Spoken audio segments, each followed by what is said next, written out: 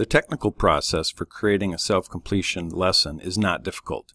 You would simply go to Schoology, click on your Add Materials button, and you would create an initial folder. Then inside that folder, you would put the items that you want for learning activities. So for instance, here I have created this folder, Self-Paced Lesson. I can create learning stations.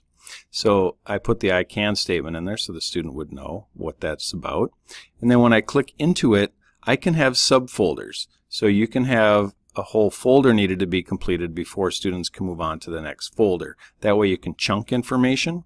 Inside a folder, then you would put the learning activities that you want. So inside the stations folder here, you can see I put a page, a discussion, a quiz, and an assignment. And I would do those just in the normal way by adding up here.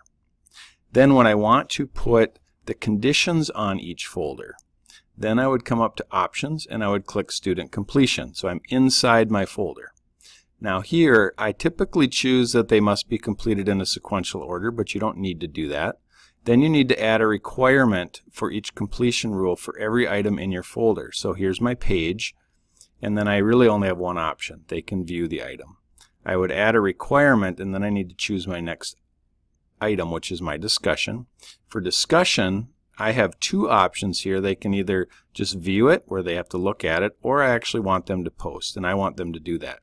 Now if I had graded this discussion, I would have another option that they need to get a certain grade on it.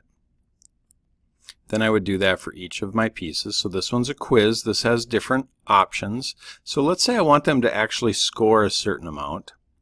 Then I can put that they need to get at least 80% out of 100 before they can move on. And in that way it sort of self-checks for me. And then there's an assignment. And maybe I just want them to make the assignment before they go. But I could also choose that they need to score a certain amount. And if I do that, then I need to go in there and score that before it would be released for them. I want this to be more independently paced, so I'm just going to leave it like this. When I save my changes, I can see now that each condition has been added to those items. And now this folder has student completion rules on it. If I go back, I can see that folder has rules. Now I can also put rules on my overall folder.